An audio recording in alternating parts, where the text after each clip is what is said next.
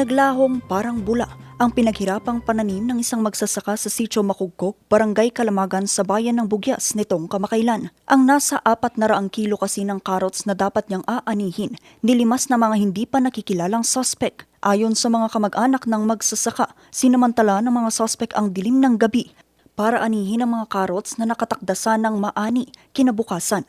Nasa liblib na lugar ang plantasyon kaya't madaling na isagawa raw ng mga salarin ang krimen nang walang nakakapansin.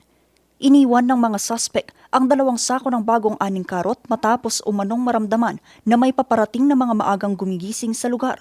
Dahilan para agad silang sumibat.